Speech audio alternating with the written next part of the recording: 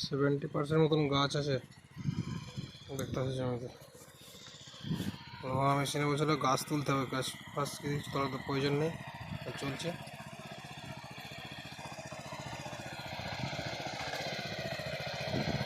ভালো রকম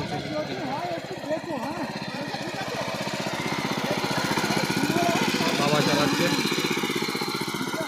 70% গাছ লোক করতে চলে এসছে, বলছে আমাদেরও ফাটিয়ে দিতে হবে, কিন্তু আমরা তো নিজেদের জন্য নিয়েছি, আর কে কার ফাটাইতে যায়।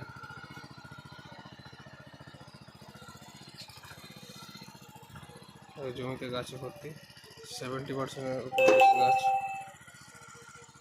সকালে এই যে চলে এসছে, আর ফটিক দা আসছে।